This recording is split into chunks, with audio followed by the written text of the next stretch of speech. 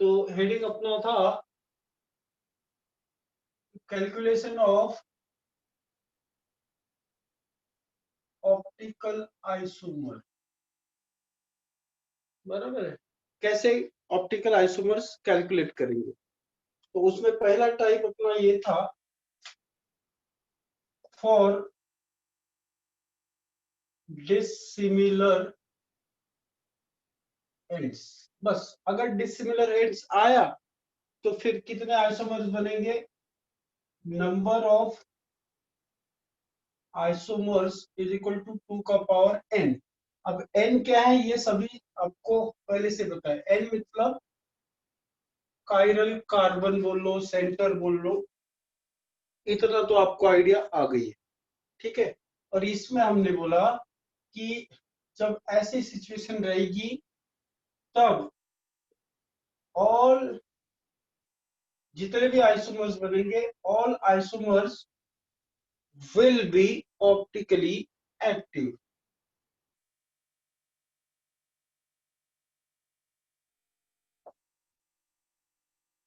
दिख रहा है सबको, सभी जी इस सिचुएशन में सभी ऑप्टिकली आइसोमर्स, जो आइसोमर्स है वो ऑप्टिकली एक्टिव होंगे। तो सेकेंड टाइप अपन बोल रहे हैं फॉर मॉलिक्यूल्स या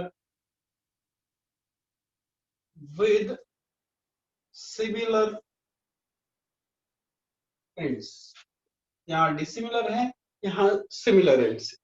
तो इसमें पहली condition, condition number, if n is even, n अगर इवन है तो क्या होगा, नंबर ऑफ आइसोमर्स, ये अपना वही फॉर्मूला है 2 का power n minus one plus 2 का power n minus one, confusion नहीं होता है। एंड यहाँ पे जो m है, क्या करोगे आप, इवन है तो पहले क्या करोगे बेटा, उसको 2 से डिवाइड कर दो एंड देन उसमें बस हो गया। या फिर क्योंकि वहां पे माइनस भी है, यहाँ पे माइनस वन करना है तो अपन ये फॉर्मूला बना देते हैं, ठीक है। m की वैल्यू मतलब अपन सीधा सीधा क्या करेंगे, 2 से डिवाइड कर देंगे। क्लियर है, ये ठीक रहेगा। ज्यादा उसको अपन, क्योंकि फॉर्मूला अलग अलग आपको पढ़ने को मिलेंगे, अपन अपने हिसाब से बना। एंड दूसरा पॉइंट अपन लिखे for n is equal to odd, अगर n ऑड है या और n इज इवन और ऑड, तो अपन बोलेंगे number of isomers is equal to, formula वही अपने को यूज करना है क्योंकि कंफ्यूजिंग ना हो, इसलिए हमने एक जगह 2 का पावर n माइनस वन कर दिया, एक जगह 2 का पावर m माइनस वन। अब यहाँ ऑड है तो थोड़ा दिमाग में लगाओ कि ये जो n है इसको इवन करना है ताकि 2 से डिवाइड हो जाए। अब मुझे लगता है कि सबको ये क्लियर पॉइंट हो चुका है, राइट। तो अब हम इसमें कुछ एग्जांपल कर लेते हैं और देख लेते हैं कि क्या आएगा उसमें। ओके, आदित्य क्लियर है सबको ये, मतलब बाकी लोगों को भी पूछ रहा हूँ, आदित्य को कैसे पता होगा सबको क्लियर है कि नहीं, ऑब्वियस सी बात है यार, सबको नहीं पता होगा। क्रिस्टल क्लियर, रोशन वेरी गुड, क्रिस्टल क्लियर है तो अच्छी बात है। चलिए, तो एक आधी एग्जांपल अपन देख लेते हैं।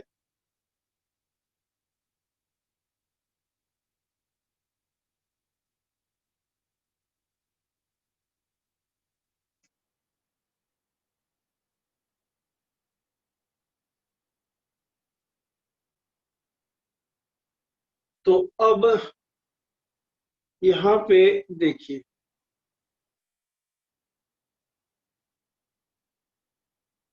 यार ये बीच में लोग आते हैं ना, फिर उधर पे रिकॉर्डिंग में डिस्टर्ब हो जाती है, फिर मेरे को बैक जाना पड़ता है और वहां पे ये फिर ऐसा हो जाता है।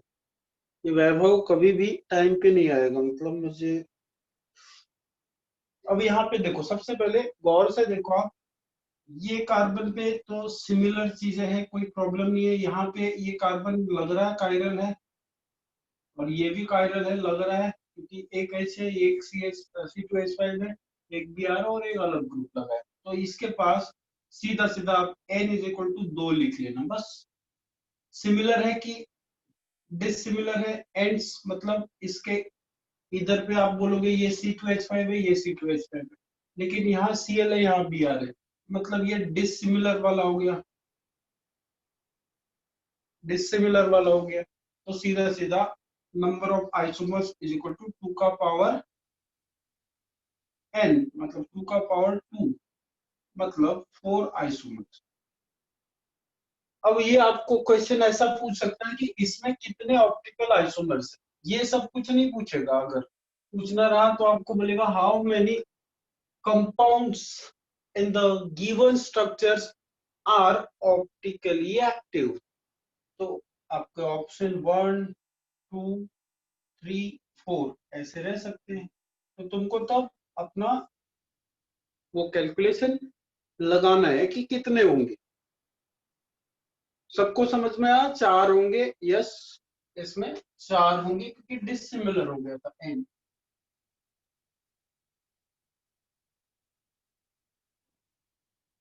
क्लियर है? आपको रिवीजन भी हो जा रहा है एंड सही है। अब अपन क्या करते हैं, एक सिमिलर एंड्स वाला बात कर लेते हैं। सपोज इसी तरह से एक, इस बार थोड़ा सा हम सिमिलर एंड ले लेते हैं। तो ये आपको दिख रहा है, ये कायरल, ये कायरल। तो पहले तो सबसे पहला स्टेप, कायरल कितने हैं ये देख लो आप। उसके बाद सिमिलर है कि डिसिमिलर है, आप बोलोगे सिमिलर है। लगे यार तो ये इवन है, तो फिर फॉर्मूला क्या होगा, यहाँ पे इवन, ये 3 वर्ड आपके दिमाग में आ गए, इवन है, एन इतना है तो इवन है, और ये देखने के बाद सिमिलर। तो फॉर्मूला नंबर ऑफ आइसोमर्स क्या लगाते हैं, वही फॉर्मूला लगाते हैं, लेकिन ये बाजू में m की वैल्यू क्या करोगे, अब ये इसको 2 से डायरेक्टली डिवाइड कर दो तो यू गेट 1। तो अब यहाँ पे आपको 2 का पावर 1, 2 माइनस 1 है ना, 2 माइनस 1 प्लस 2 का पावर 1 माइनस 1, 2 का पावर 1 एंड 2 का पावर 0, मतलब ये 2 प्लस 1 3 हो जाएंगे। अच्छा, इसमें आप ये बता सकते हो कि कितने, इसमें से कितने कंपाउंड एक्टिव रहेंगे, कितने इनएक्टिव रहेंगे,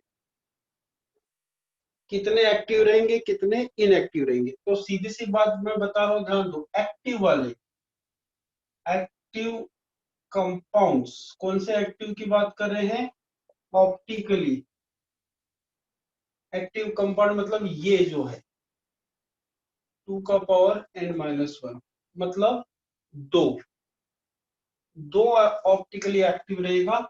और जो 3 में से 2 तो ऑप्टिकली एक्टिव है, 3 में से 2 ऑप्टिकली एक्टिव है, तो एक जो होगा वो ऑप्टिकली इनएक्टिव होगा। अगर वो बहुत कॉम्प्लिकेटेड आपको यहाँ पे अगर स्ट्रक्चर आता है तो भी आप क्या करोगे, वही चीज करोगे। ध्यान दो, अगर ये ऑप्टिकली, ये 2 पार्ट्स है आप समझ रहे हो, इसमें 2 पार्ट्स है, ये वाला ऑप्टिकली एक्टिव है तो ये वाला क्या हो जाएगा बेटा, ये वाला क्या हो जाएगा, इनएक्टिव होगा। तो इसलिए आप यहाँ पे नंबर ऑफ मेसो कंपाउंड्स अगर फाइंड करने जाओगे तो ये m माइनस 1 लिख सकते हो, या m की वैल्यू क्या है अपने पास, n/2 है, तो आप इसको लिख सकते हो n/2 माइनस 1। तो यहाँ पे क्या आएगा, n 2 का पावर है ना, 2 का पावर है, 2 का पावर n/2 माइनस 1, या फिर ये भी लिख सकते हो आप, अगर 2 का power n minus 1, but m की वैल्यू फिर से आपको कैलकुलेट करनी पड़ेगी। एकदम क्लियर है?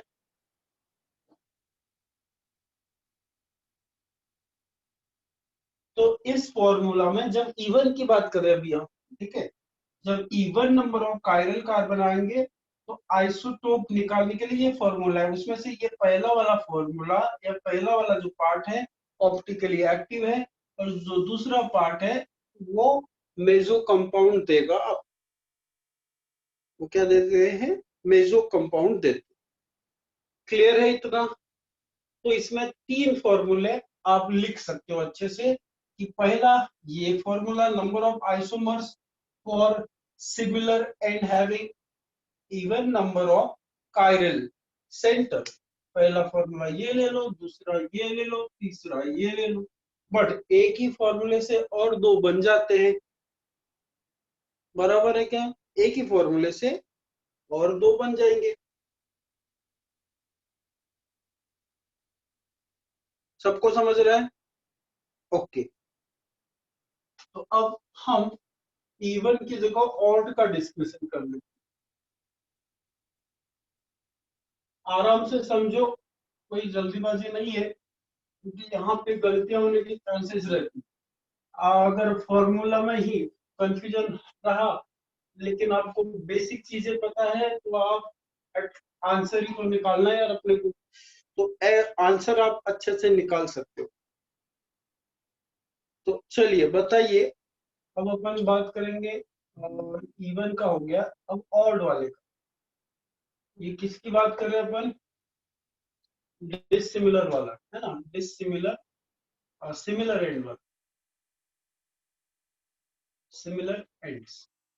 क्योंकि इवन वाले का हमने देख लिया था आइसोमर्स 2 का पावर n माइनस 1 प्लस 2 का पावर n माइनस। ये थोड़ा सा इसको अलग वे से करते हैं अपन। पहला नंबर ऑफ आइसोमर्स कितने होंगे, उसमें सभी आ जाते हैं, इंक्लूडेड बोथ। तो इसमें सिर्फ आपको याद रखना है, सिर्फ एक ही पार्ट लिखना है आपको, ये नंबर ऑफ आइसोमर्स निकालने के लिए आप ये वाला इस्तेमाल करो।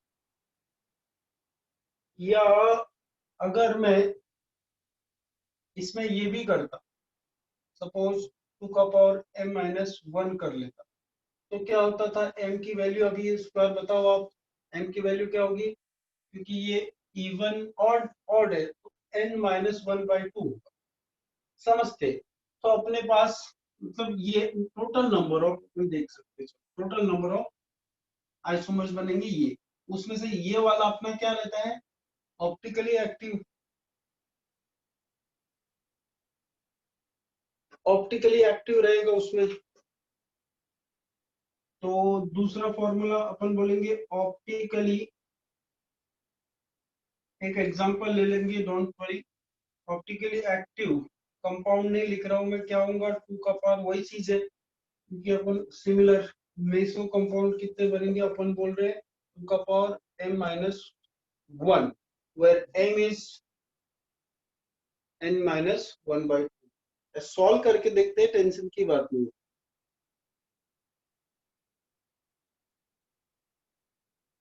ठीक है, सॉल्व करके देखते हैं, फिर आ रहा है तो देखेंगे, आ जाएगा तो बढ़िया हो जाएगा।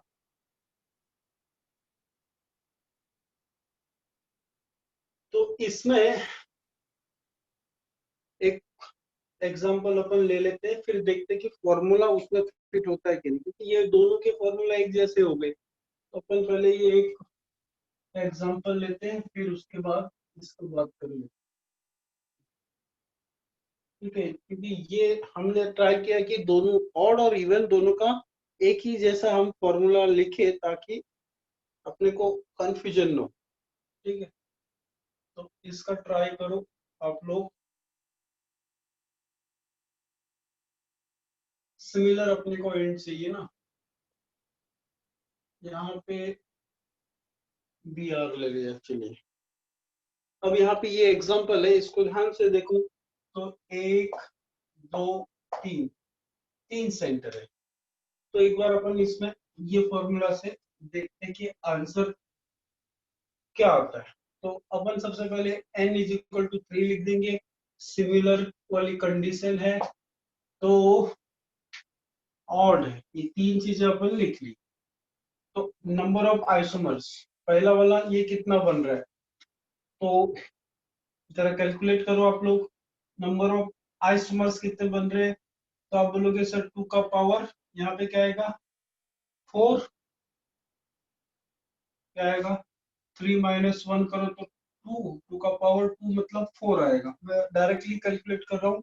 और यहाँ पे m कितना है, m है 3 माइनस 1 2, 2 बाई, है ना, 2 बाई 2 1, तो 1 माइनस 1 कितना हो जाएगा 0 होगा ना, ये 0 हो जा रहा है, 2 का पावर 0। आदित्य क्या हो रहा है, एक मिनट, हाँ। अच्छा, m की वैल्यू क्या है अपने पास 3 माइनस 1 कितना होता है 2 बाई 2, तो ये तो 1 आ रहा है, आपका 6 कैसे आ रहा है।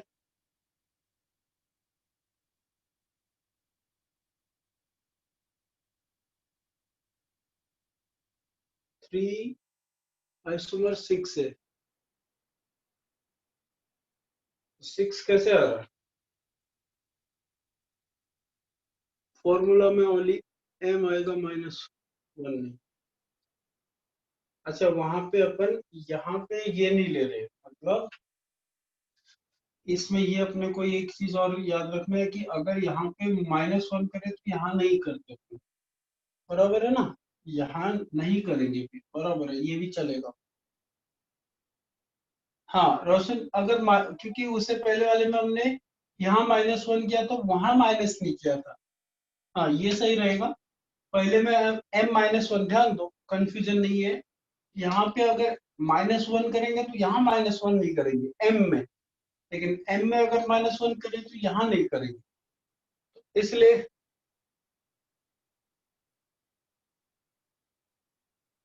अच्छा, उसमें GI में प्लस भी बताया था कि मैंने, अगर प्लस से करते तो क्या होता है जरा देखो। हाँ ये भी कर सकते हो, नंबर ऑफ वे है। अगर मैं इसको n+1/2 करूँ तो कितना होता है 4/2, मतलब 2 हो जाता है। ये भी यहाँ पे अगर -1 ही करना है तो यार कैसे, आपको लिखना आपको है, समझना आपको है।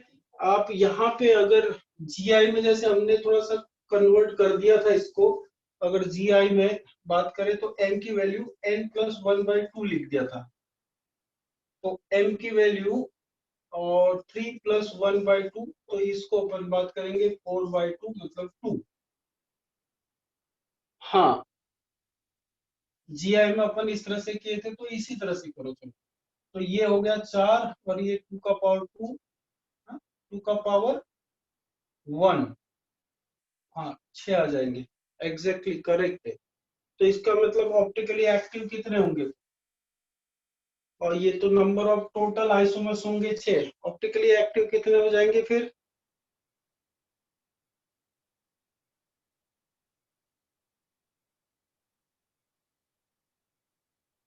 ये देखो ना 4 हो गए और ये तो हो गए, ये 4 आ रहा था और ये 2।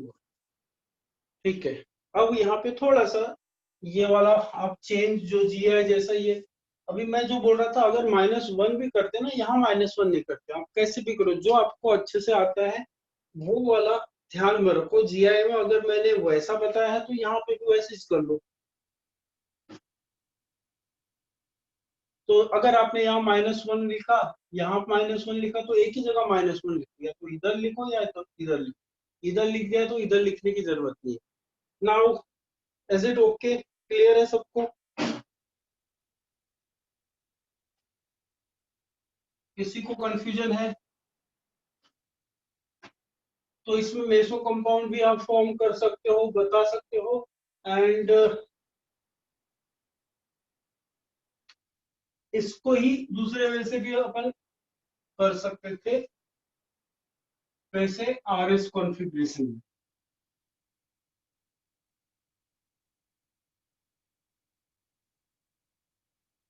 RS कॉन्फ़िगरेशन में GI का प्रीफर किया तो चलेगा, हाँ रोशन बिल्कुल। सिर्फ आपको ध्यान रखना है GI और यहाँ पे कोई डिफरेंस फॉर्मूला में अपने अपने को नहीं रखना है, एक ही वे से हैंडल करना है, ज्यादा बेटर रहेगा। अभी वो GI में हमने अगर n+1 किया है, देखो सिमिलर की प्रॉब्लम है, सिमिलर की प्रॉब्लम है अपने को। अगर कंफ्यूजन है तो याद रखो, सिमिलर अगर है तो ऑड की बात, इवन की तो कोई प्रॉब्लम नहीं है, इवन में अपन डायरेक्टली यही फॉर्मूला लगाएंगे, बराबर है, 2 का पावर m माइनस, और यहाँ पे m इक्वल टू n/2, ये चलेगा इवन के लिए। ऑड का प्रॉब्लम है तो अपन इसमें क्या कर रहे हैं, दोनों जगह सेम फॉर्मूला लगा रहे हैं, n-1 प्लस 2 का पावर n, यहाँ पे भी सेम है, यहाँ पे भी सेम है, लेकिन यहाँ पे m की वैल्यू अपन क्या कर दे रहे हैं, ये थोड़ा सा ध्यान में रखना पड़ेगा। बस दोनों में सेम फॉर्मूला है, जीआई में भी यही फॉर्मूला लिखा के दिया है क्या, ये तो ऐसा ही हो गया, ये भी वही होगा, ये वैसे ही लिखा के दिया है।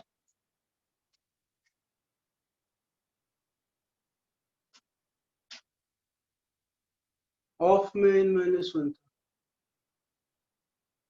ऑड में, हाँ सर सेम है, पुरुषोत्तम बोल रहा है सेम है, तो फिर टेंशन नहीं है, सेम एक ही तरह से करो आप। तो एक एग्जांपल लेते हैं, ऑड में सेम आए, ऑड में सेम आए, ऑड में सेम है, ओके, ये ऑड में सेम है, इवन में क्या प्रॉब्लम है, सिर्फ n/2 का है, बट ये पहला जो फॉर्मूला है दोनों में सेम है, हमने दोनों में सेम किया। अब देखो कितने भी बुक आप पढ़ो, हर जगह अलग अलग, जीआई के लिए ऑप्टिकल के लिए अलग अलग फॉर्मूला यूज किए, तो अपन दोनों को जीआई और ऑप्टिकल आइसोमर्स में एक ही तरह का फॉर्मूला बना रहे हैं। हाँ, सिर्फ अपने को समझना है कि जीआई है या ऑप्टिकल आइसोमर्स है, सिर्फ यहाँ पे आपको ये चीजें समझना पड़ेगा कायरल कार्बन निकालते समय, क्योंकि जीआई में कंडीशन है, ऑप्टिकल फिर इजी हो जाएगा उसके हिसाब से। अब अपन कायरल एक एग्जांपल लेते क्या,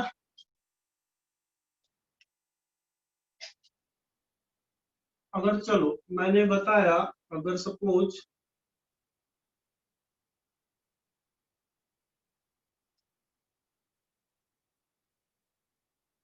कुछ एक सिंपल सा एग्जांपल ले लेते हैं,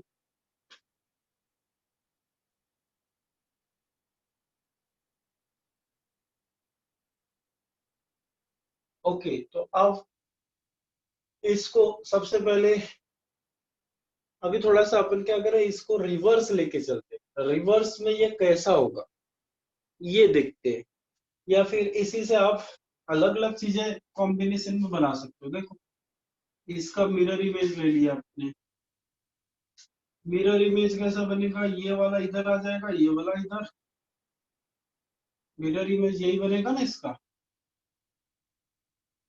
सीधी सी बात है, मिरर इमेज बन गया। और कोई कॉम्बिनेशन हो सकता है क्या, हाँ कॉम्बिनेशन बहुत हो सकते हैं, कैसे हो सकते हैं, दोनों तरफ सेम ग्रुप लगा सकते हैं, इसका भी मिरर इमेज होगा, कोई प्रॉब्लम नहीं है, लेकिन मिरर इमेज में ये Cl इस बार इधर, H इस पर, तो ऐसे टोटल कितने दिख रहे हैं आपको, ऐसे टोटल कितने दिख रहे हैं, 4 दिख रहे हैं, और इन सबका एक अपन चेन में, ये तो अपन फिशर प्रोजेक्शन में लगा है, चेन में क्या होगा, यहाँ से गिनती करो, 1 2 3 4 कार्बन है, तो पहला उसमें अपन C डबल बॉन्ड OH, यानी ये COH हो गया, ये कार्बन है, फिर और एक कार्बन है, फिर C डबल बॉन्ड OH, ये दोनों सेम है, ध्यान से देखो। अब ये सेकंड पे H और Cl लगा है, यहाँ पे भी H और Cl लगा है, तो अब ये ग्रुप और ये ग्रुप तो चेंज नहीं होने वाला है, सिर्फ चेंज कहाँ होगा, ये Cl जैसे ये ऊपर है ये नीचे है, या फिर इधर ही अपन कॉम्बिनेशन में करेंगे, एक बार ये अपोजिट एंड में है तो इसका मिरर इमेज बना लो, एक बार सेम एंड में है तो उसका मिरर इमेज बनाओ। अब यहाँ पे इससे पहले आप कैलकुलेट करो कितने आएंगे, क्या ये सिमिलर एंड्स वाला है कि डिसिमिलर एंड्स वाला है, ये आप पहले पता करो, बताओ जल्दी जल्दी बताओ। ऑप्टिकल, ऑप्टिकली एक्टिव कितने हैं, कौन सी कंडीशन आएगी, डिसिमिलर एंड्स है, सबको पता चल रहा है, यस, तो पहली चीज है 2 कायरल कार्बन मेरे को लग रहे हैं, तो n इज इक्वल टू 2 हो गया। और ये तो डिसिमिलर है, डिसिमिलर। तो डिसिमिलर में अपने को तकलीफ होती है क्या? नहीं होती है। क्या? सीधा सीधा ये मतलब 4 बनने वाले, 4 तो बन गए। तो उसी के 4 हमने ये बना दिए। चलिए आज मैं आपको एक बहुत अच्छा चीज बताने वाला हूं, नया है आपके लिए वो, तो उसको ध्यान देना। एक है आपका, ध्यान दो, एरिथ्रो। अब ये क्या है सर? और एक है आपका थ्रियो। ये नोमेनक्लेचर है, एरिथ्रो कंपाउंड और थ्रियो कंपाउंड। तो इसमें से एक एरिथ्रो है और एक थ्रियो है। तो कौन सा क्या है ये बताने के लिए सिंपल लॉजिक की बात करेंगे बस। इरिथ्रो का ई ले लेते हैं अपन और थ्रियो का टी ले लेते हैं। तो लॉजिक ये है कि यहाँ पे इरिथ्रो में ये जो ई है, इसमें एक साइड में सिमिलर चीजें दिख रही है, मतलब ये सिर्फ आपको ई को आप सेम है। और टी में क्या है, ये अपोजिट जाता है, देखो। तो इसका मतलब ये और ये, इसको ध्यान देने से जो ग्रुप है Cl और HH जो है वो सेम साइड में है, तो ये दोनों वाले इनको बोलेंगे एरिथ्रो। इनको क्या बोलेंगे? एरिथ्रो। और इधर अपोजिट है तो ये क्या होंगे? थ्रियो। किसी को कंफ्यूजन है अभी? जस्ट क्योंकि मैं बताऊंगा इसमें, लेकिन वो कब आपको ज्यादा सुटेबल लगेगा, जब अपन ये सिस एंटी, ये एक चीज अपन समझ लेंगे। और दूसरा, कौन सा कंपाउंड सिन एडिशन करता है, कौन सा कंपाउंड एंटी एडिशन करता है। सिन एंड एंटी ये भी आपको पहले समझना पड़ेगा, फिर उसके बाद आपको इनका काम आएगा। तो ये मैंने एक छोटा सा आपको अभी के लिए बता के रख दिया है कि इनको थ्रियो और इनको एरिथ्रो भी बोला जाता है। क्या इसमें कुछ कंफ्यूजन है? आप बोलोगे सर बिल्कुल नहीं, सेम साइड देखना है, ई और टी याद रखना है क्या नहीं? उसमें फिर 4 कॉम्बिनेशन बनेंगे, एंड वो मैं आपको बाद में फिर क्लियर करूंगा। अभी थोड़ा सा क्योंकि ये कंपाउंड बना था, मेरे को एकदम से मैं बोला चलो वो वाला आपको एक ऐड करके देता हूँ, क्योंकि बाद में भी सीखना ही है। यहाँ पे भी वो लॉजिक अवेलेबल दिख रहा था मेरे को, तो मैं बोला चलो बता दूंगा आपको इसको। तो आज अपने 2 टर्म सीख ले, इरिथ्रो और थ्रियो। एकदम इजी है ना? अगर ये ई और टी का लॉजिक नहीं लगाते आप, तो वैसे फिर कंफ्यूजिंग हो जाता। इमेजिन करो कि वो लॉजिक आपने दिमाग में रखा ही नहीं, तो फिर आप कैसे याद रखते? याद कितनी चीजें रखते हैं? बहुत कम। तो जब से तब से हम कायरल कायरल कायरल की बात कर रहे हैं।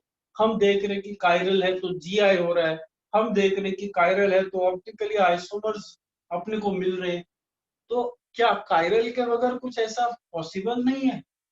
अगर कायरल कार्बन या कायरल सेंटर नहीं है तो उसमें आइसोमर्स नहीं बनेंगे। तो इसका आंसर है बन सकते हैं।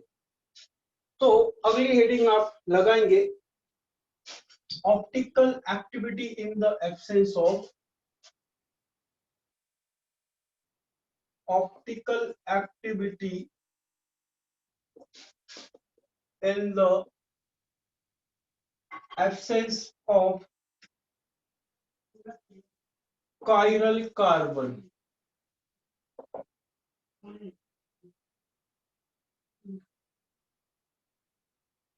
तो पहला अपन बात करेंगे कायरल अमाइंस। दिख रहा है ना सबको क्लियर? तो ऐसे अपन 3 सिचुएशन देखेंगे। जहां पे एब्सेंस ऑफ कायरल कार्बन होगा, बट हमको कंपाउंड क्या मिलने वाला है, ऑप्टिकली एक्टिव। तो एक एग्जांपल अपन देख रहे हैं पहले। अमाइंस मतलब आपको पता है प्राइमरी अमाइंस भी होता है, सेकेंडरी अमाइंस भी होता है और टर्सरी अमाइन भी होता है। सपोज एक नाइट्रोजन लिया मैंने, इसको लोन पेयर लगाया और यहाँ पे मैंने 3 अलग अलग ग्रुप ले लिए। सपोज यहाँ पे मैंने suppose R1, R2, R3। R यहाँ पे क्या रिप्रेजेंट करता है आपको आइडिया है, अल्किल ग्रुप, अलग अलग अल्किल ग्रुप लगे हुए हैं।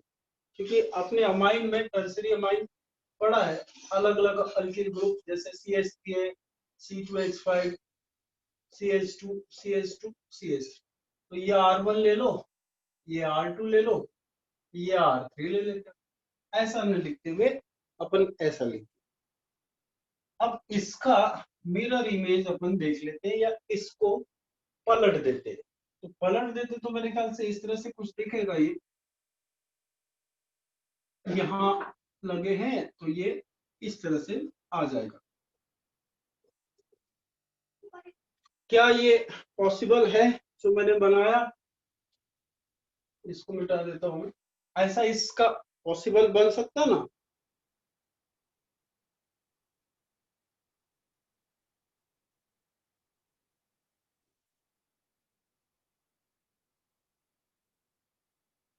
तो ये जो अमाइंस है, इसमें 2 टाइप के अमाइंस अपन पढ़ेंगे।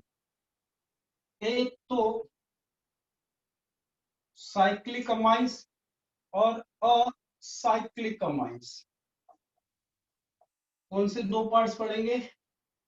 एक साइक्लिक और एक असाइक्लिक। ये कौन सा है? ये आप बोलोगे असाइक्लिक है। तो ऐसा लगने में आपको क्या दिखेगा कि ये इसकी मिरर इमेज है, ये इनएंस्यूबर्स के जैसे होते हैं, ऑप्टिकली एक्टिव होगा, ऐसा लगता है। तो आपको याद रखना है कि असाइक्लिक अमाइंस में कभी भी ऑप्टिकल एक्टिविटी नहीं होती है और साइक्लिक में ऑप्टिकल एक्टिविटी, ऑप्टिकली वो कंपाउंड एक्टिव रहता है। तो यहाँ पे आप ये एक साइक्लिक का भी एग्जांपल अपन ले लेते हैं, फिर अपन इसमें पॉइंट बना लेंगे। साइक्लिक मतलब आपको समझ गया। यहाँ पे अपन भी एक एग्जांपल बना लेंगे।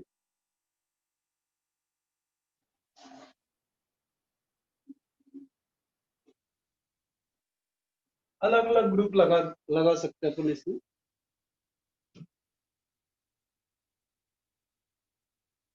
अपने हिसाब से। तो ये नाइट्रोजन के 4 बॉन्ड बन गए, तो अपने को एक लोन पेयर लेना है सबसे अच्छा। ये समझने में ठीक रहेगा। जैसा ये नाइट्रोजन है, ये साइक्लिक है, एरोमेटिक भी नहीं है। ठीक है, साइक्लिक है, एरोमेटिक है क्या? ये नहीं है। तो इस तरह के कंपाउंड्स हमेशा जो होंगे, इसका मिरर इमेज आपको बना लेना है। इस तरह के कंपाउंड हमेशा क्या रहेंगे,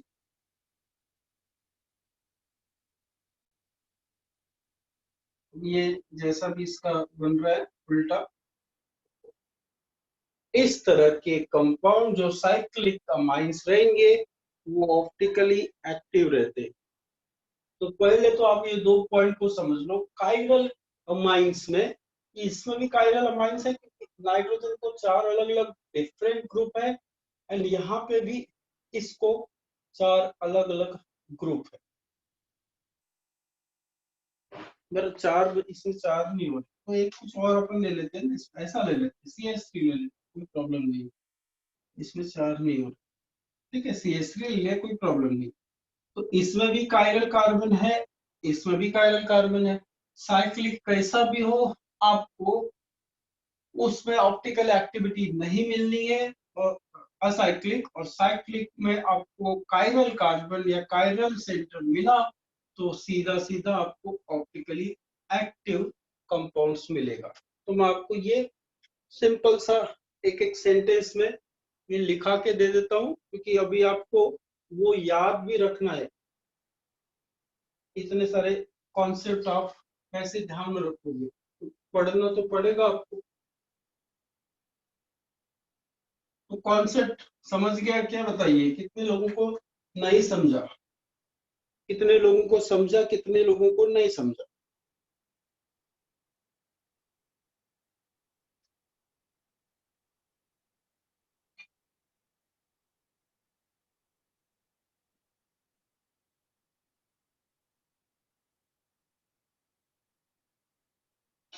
ओके, तो अपन पहले असाइक्लिक की बात करते हैं, असाइक्लिक अमाइड्स।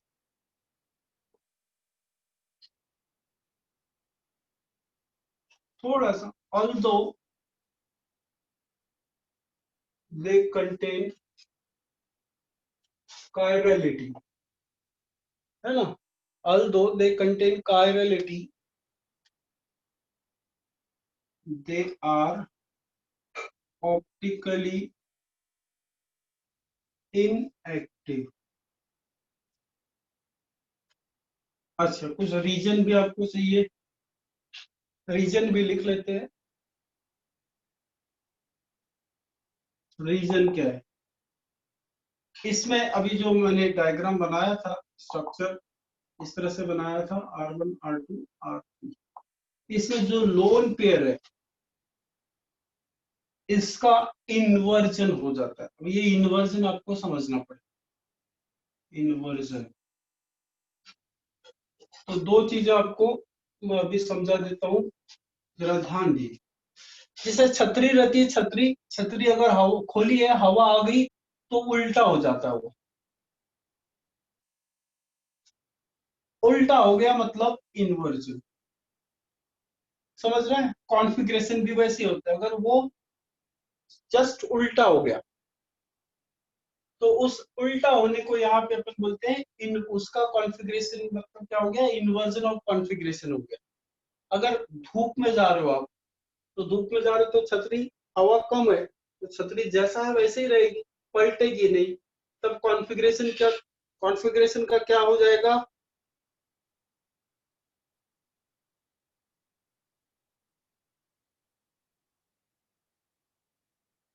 कॉन्फ़िगरेशन का क्या होगा, रिटेंशन होता है। रिटेंशन मतलब जैसा है वैसा, आप समझ रहे हो, रिटेंशन मतलब जैसा है वैसा। तो रीजन क्या है, ये इसका जो स्ट्रक्चर मैंने दूसरा बनाया था, मैं यहाँ बना देता हूँ, आप ऐसा मैं एरो लगा रहा हूँ, तो यहाँ पे मैंने R1 ले लिया, R2 R3 और ये, तो यहाँ पे इंटर कन्वर्जन हो जाता है इनका। इंटर कन्वर्जन मतलब ये स्ट्रक्चर तुरंत इसमें बदल जाता है, किसके कारण, interconversion due to the inversion of lone pair of electron।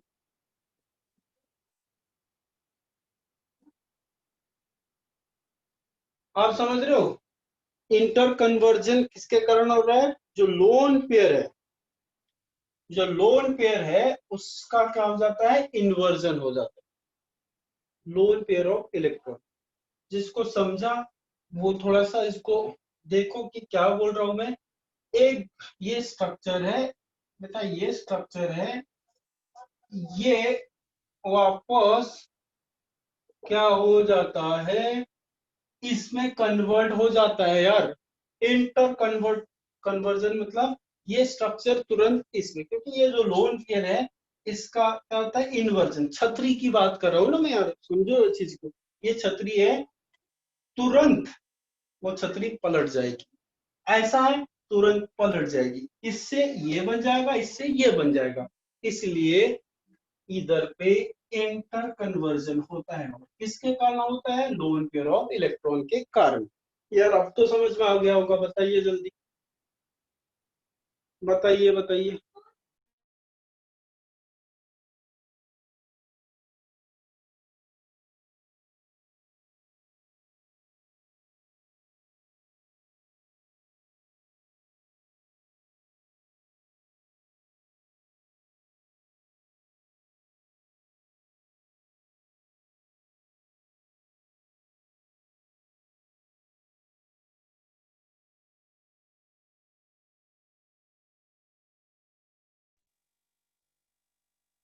Okay, तो सबको समझ में आ गया।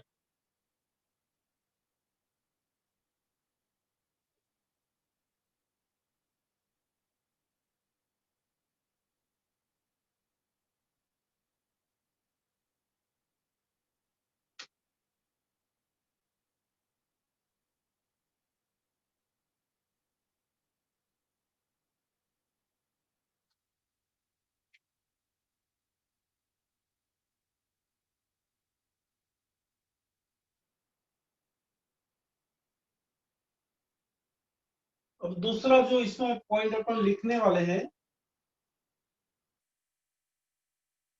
Cyclic amines.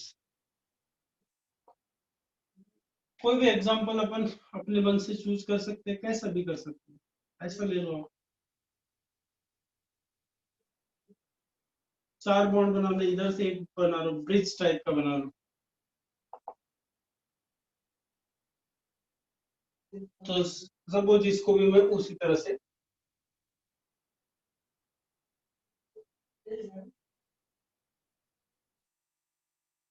ठीक है, यहाँ पे कुछ एक और ग्रुप लगा लेते हैं, दिया यहाँ पे इसका इस तरह से ऐसा,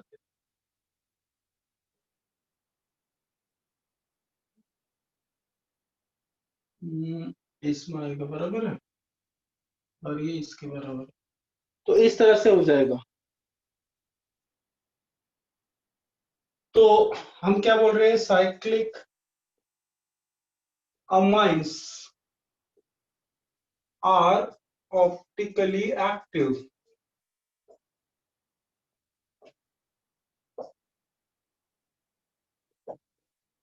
तो एक्चुअली देख रहा नहीं क्या वो बी आर गलत हो गया, वहां नहीं चाहिए, इधर से तीसरे पोजीशन पे ना, हाँ बी आर इधर आ जाएगा, कोई बात नहीं, ठीक है, बी आर तीसरे।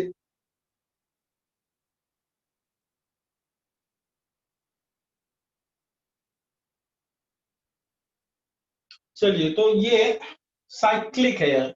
अब साइक्लिक में क्या होता है, जैसे ओपन ओपन चेन रहती है और एक साइक्लिक चेन रहती है, 4 कार्बन बन गए ना, हाँ। तो इसमें ये रिजिडिटी रहती है, मतलब वो अटैच रहते हैं बहुत अच्छे से, क्योंकि ये कार्बन इससे ही अटैच है, लेकिन ये कार्बन इससे भी अटैच है, इससे भी, तो रिजिडिटी रहती है ज्यादा। तो आपको गिवन ये लिखना है कि due to due to rigidity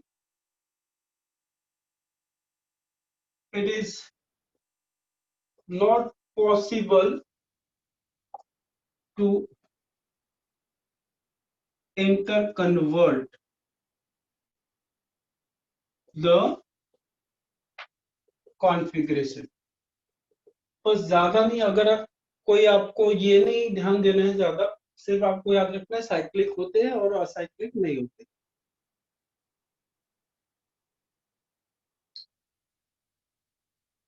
clear है सबको?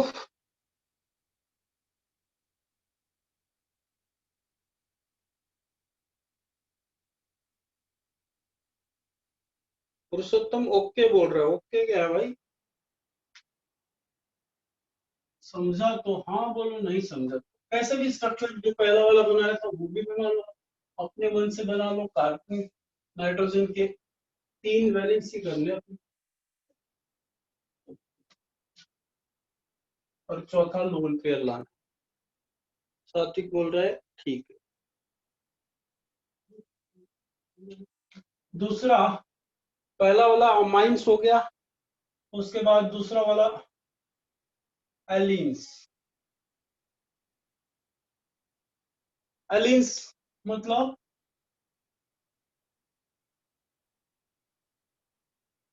टू कंजिक्यूटिव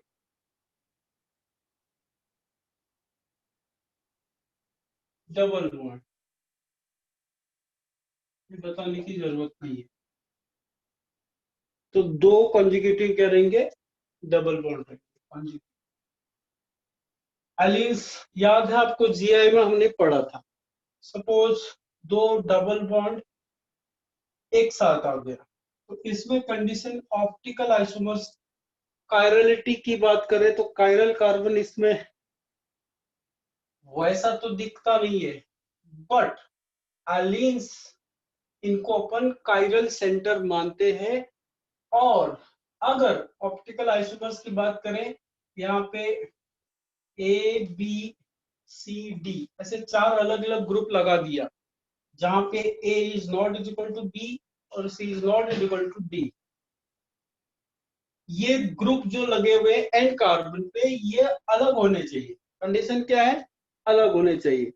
तो अलीन्स कायरल होते हैं और ऑप्टिकली एक्टिव तभी रहेंगे जब ends attach groups are different. तो मैं यहाँ पे एक सिंपल सा पॉइंट इसका बना देता हूं, आप लोग उसको लिख लो कि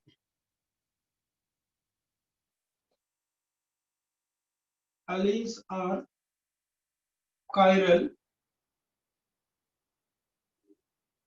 and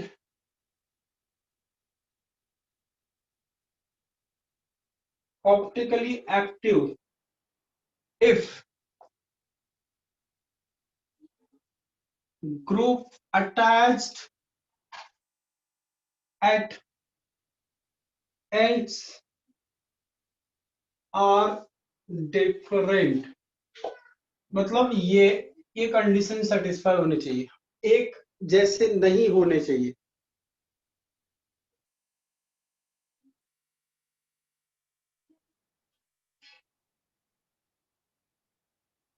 तो इसका आप क्या कर लो, मिरर इमेज बना लो। यहाँ पे क्या जाएगा, ए बी दिख रहा हो आपको? नहीं दिख। थोड़ा सा मैं बोर्ड को ऐसा कर लेता हूँ इसको, तो ये तो बना लोगे ना आप। इसका मिरर इमेज बना दिया, बराबर है।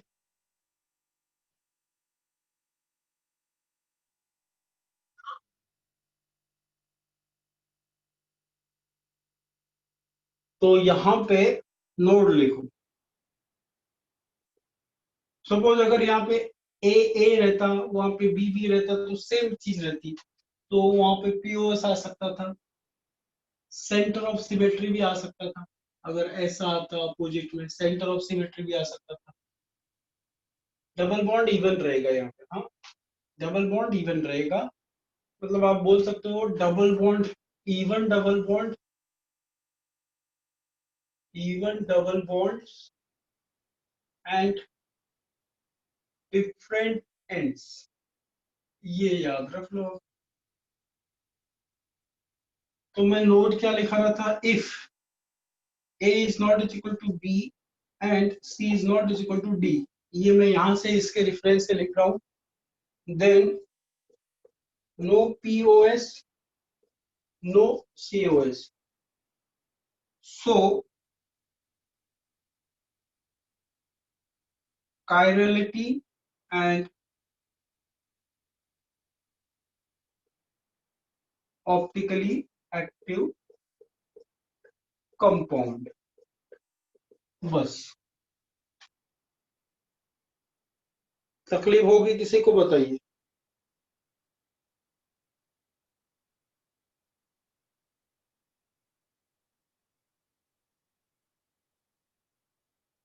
क्लियर है सबको या कुछ?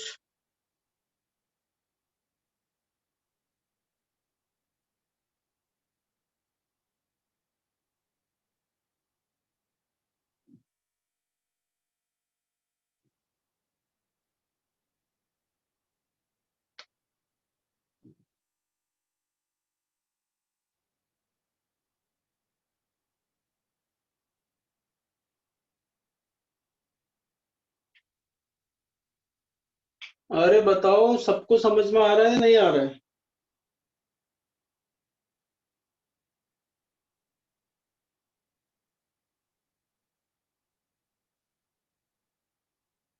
आ रहा है, ओके। चलिए लास्ट वाला इसका देख लेते हैं एक, फिर अपन रुकेंगे।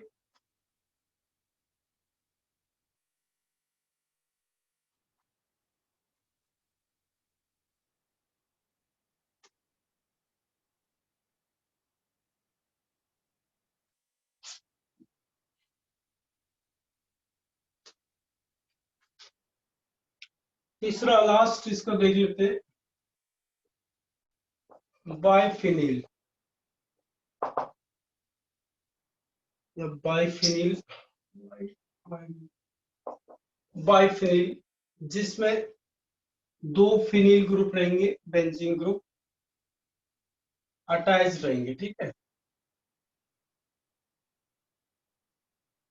ऐसा बना लो, या फिर दूसरा वे से आप इसको मिटा देता हूँ।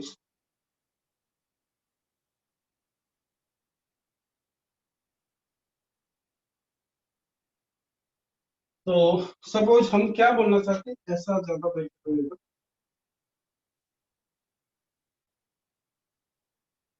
ये दोनों एक ही है ना, अगर इनको जो ग्रुप लगे, ध्यान दो जरा, क्योंकि ये सिमेट्री हो जाती तो खत्म हो जाती, कायरलिटी नहीं रहती है। तो बाइफिनिल में कायरलिटी कब आती है, ये अपन बात करते हैं। तो सपोज यहाँ पे मैं भी ABCD लिख देता, ABCD। तो यहाँ पे देखो, पहले समझो आप, ये ABCD ये बड़े बड़े ग्रुप, लार्ज ग्रुप। तो पहला पॉइंट है ABCD बड़े बड़े ग्रुप, लार्ज ग्रुप्स। ये क्या करेंगे, लार्ज ग्रुप है तो ये रिपल्सन करेंगे, रिपल्सन। ये बड़े बड़े ग्रुप ऐसे लगेंगे तो क्या कॉज, क्या होगा उधर इफेक्ट, ये रिपल्सन करेंगे, मतलब रिपेल करेंगे। रिपेल करेंगे मतलब, रिपल्सन मतलब दूर दूर लेके जाएंगे, इनको खींच देंगे। से लकड़ी को, यदि बेम्बू को ऐसा खींचते तो कैसा वो पूरा खींच जाता है, वैसे ये एक दूसरे को खींचेंगे।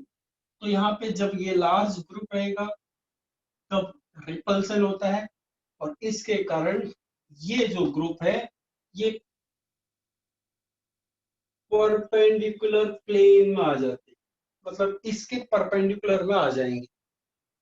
ऐसे समय में ये कायरल होते हैं एंड ऑप्टिकली एक्टिव रहते हैं, ऑप्टिकली एक्टिव रहते हैं। तो जिसको शॉर्टकट में लिखना है, ये वाला एग्जांपल लिख सकते हो। फिर एक अपन यहाँ पे और एक एग्जांपल लिखेंगे। अब छोटे ग्रुप आपको पता होने चाहिए। छोटे ग्रुप मतलब स्मॉल ग्रुप क्या कंसिडर करते हैं, हाइड्रोजन, OH, फ्लोरीन, मतलब जितने भी NH2 ले लो, NH3 ले लो, यहाँ पे 2 लगेगा, जो इसको लगने वाले ग्रुप है, ये ग्रुप आप लिख सकते हो, CN लिख सकते हो, ये स्मॉल ग्रुप। अगर ये कुछ ऐसे छोटे ग्रुप आए तो क्या करोगे, सीधा सीधा उसको मानोगे कि वो स्मॉल ग्रुप है, इसलिए ऑप्टिकली इनएक्टिव नहीं रहेगा। ऑप्टिकली एक्टिव के लिए कंडीशन है ये वाला कंडीशन, अगर ये